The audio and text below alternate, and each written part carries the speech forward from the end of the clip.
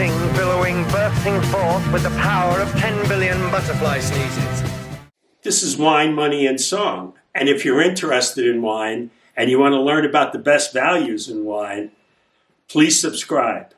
For the last two episodes, we were going over promoting and demoting wines from the 1855 Bordeaux classification because it's been a long time. It's like 175 years, and certain chateaus were regulated too far down in the system in the classification. And there was quite a number of wines that are, I think, rated too high. So we sort of tried to adjust that.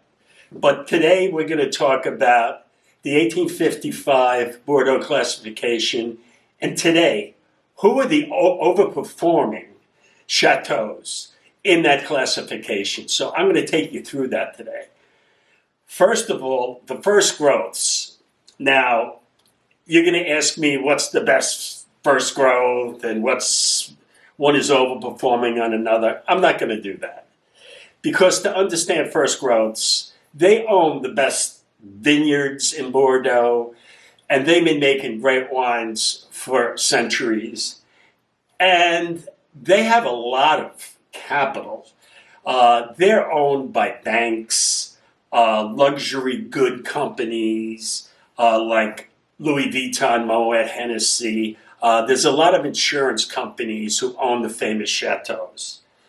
And you have to understand, when you have that capital behind you, you can be very selective in your choosing what you bottle and what you don't. You can declassify a lot of the wines and only pick the best.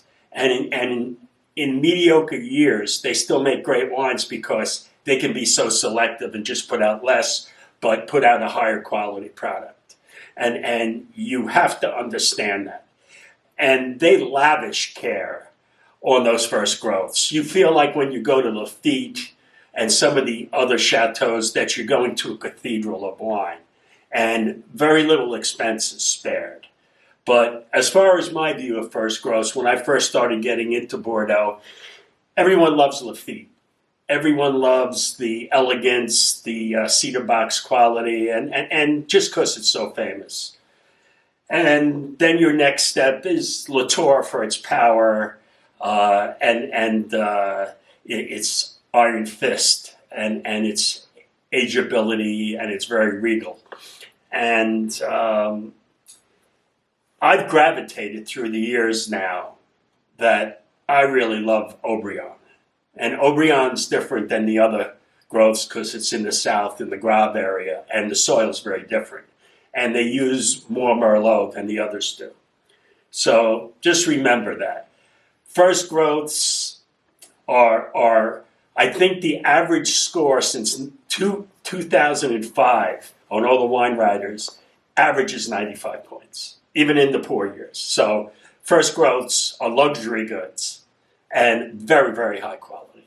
And we're going to get into the other growths. So after discussing the first growths and how wonderful they are and how consistent they are, let's delve into the second growths. Now, of course, the second growths, there are a lot of good performers in the second growth area, but there are mediocre wines in the second growth, some real mediocre wines, but I've talked that in past episodes. So I'm going to have two levels for the second growth. So I'm going to have 2A and 2B. And obviously 2A, I think a little bit more of than the 2B, but all 8 of these wines I'm going to recommend from the second growth are outstanding wines. The beginning of 2A would be Léoville-Lascasse. And Léoville-Lascasse might be considered the first super second growth. And I remember selling those wines and visiting, Léoville-Lascasse. Certain vintages, they make first growth quality. And they've been doing this for decades and decades.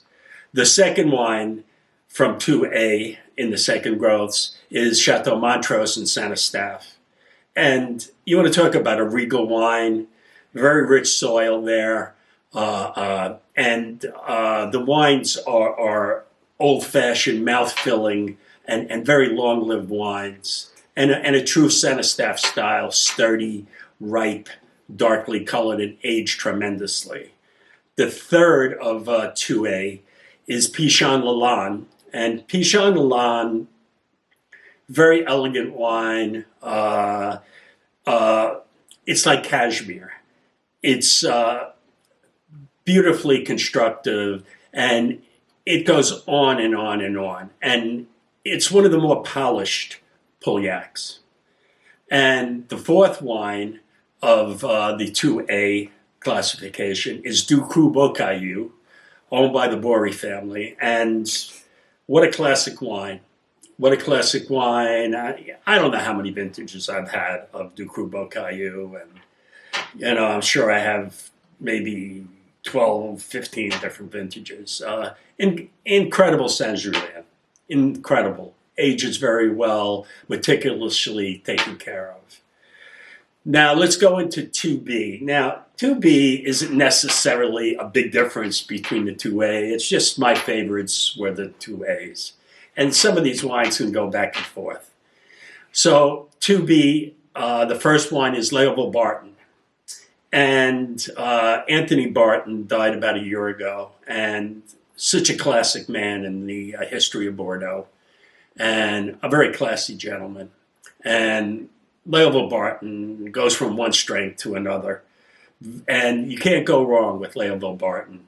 Rich wine, very, very Bordeaux, claret style, ages so smoothly. The second wine in 2B is Casa Esternel. And Casa Esternel's been up and down. I remember I had a big problem with the 2009 Esternel. The one was just so massive for me and too ripe, a little overripe. And I know it got incredible ratings, but the 2016 more than made up for it. And they've been making outstanding wines. The third wine is Rosanne Segla from Margaux. And since the Chanel company has purchased it, they've been going from strength to strength, and they make powerful Margaux, and the wines are bold, rich wines, and you never go wrong with Rosanne Segla, and they age very well. And the last of the 2B is Pichon Baron, and Pichon Baron has a big following. It's a very big style, and it's owned by the AXA Group, and the wines always score high, and they're very, very classic wine. So we're going to go on to the third growths now. The first third growth, obviously, is Chateau Parmer from Margaux. Now, in one of the past episodes, I elevated it to 2 in my mind. And it's an easy 2. It's an easy 2. And by far, it's the top wine of the third growths. Parmer has grace and has those crushed violets that Margaux area can really produce. In certain years, they're right on the same level of Chateau Margaux. And the plumpiness of the Merlot really shows through. The second third growth is Calon Ségur, and Calon Ségur is excellent Saint-Estèphe. It's a step below Montrose. It's very different in style, but well-made wines, not quite as big and bold as Montrose, but excellent Saint-Estèphe, well-made. The third wine might fool some people. It's Chateau Lagrange, Saint-Julien, and it's a wine that I've been drinking many years, and I think it goes under most people's radar. Classically elegant, beautiful Saint-Julien. There are a lot of overperforming wines in Saint-Julien appellation. And this is one of them, and you can pick them up at a good price. And the last wine of the third growth is Languedoc Barton.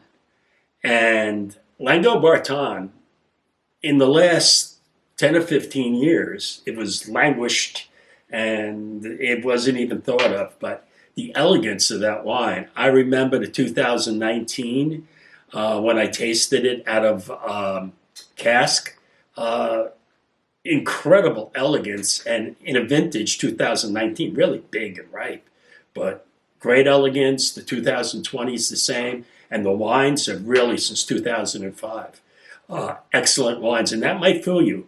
And just remember, Lango was part of Leibel Barton, and they split up, and but they're making a much different style than Leibel Barton.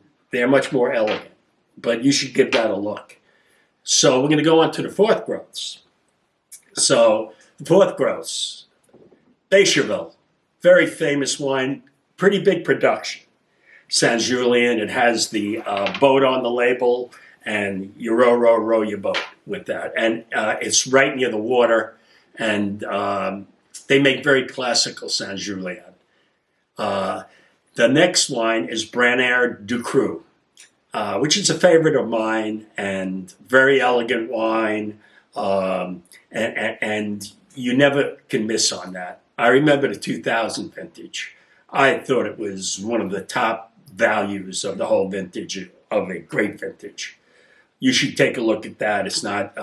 It's generally under $100, and it's now the third wine is Chateau Talbot, and Talbot went through a period, an uncertain period, in the 90s, I think, but they've broken out. But the last three vintages, 2018, 2019, and 2020, whoa, those wines are back and great value. I know the 2019, the Wine Spectator picked that number 4. And when I had it at the Union de Grand Cru, it blew me away. And I wasn't surprised to see the Wine Spectator a month or two later pick that as one of the best wines. The last of the fourth growths is Duhard Milan Rothschild. Big, rich wine, maybe not as sophisticated as some of the other Pouliacs, but very sturdy and well made. Let's go on to the fifth growths. And you want to talk about outstanding wines and wines that should be elevated. You know, there's several of these wines. First is Lynch-Bages, and I think Lynch-Bages should be elevated to a second growth. They've been making outstanding wines. Michel Caz has been making great, age-worthy, really rich, tannic wines, but beautifully balanced and classic. The second wine is Grand Puy Lacoste, which is a favorite of mine. And I don't know how many vintages I've had of that, but I love that wine. I really love Grand Puy Lacoste. And it's more of a balanced style that ages very well. The third wine is Pontet Canet, which I said should be elevated to a third growth. And Pontet Canet, the last 25 years or so, a lot of the wine critics love that wine. The last wine of the fifth growths is Chateau Cantemerle, which is an Haut-Medoc, which is near Margaux area. And Cantemerle makes really good balanced Bordeaux. It's not in your face, it doesn't overpower you, but it's very classic style. And it ages very well and very claret style. Now, one last point. These fifth growths, you compare them to the fourth growths, you can switch them around in quality. Really feel that. So hopefully I've made some sort of organized order for you to really think about the next time you go out there and buy the wines and look at the classification and look at the wines. These are the wines to really go out and look at, because they're overperformers of the 1855 classification.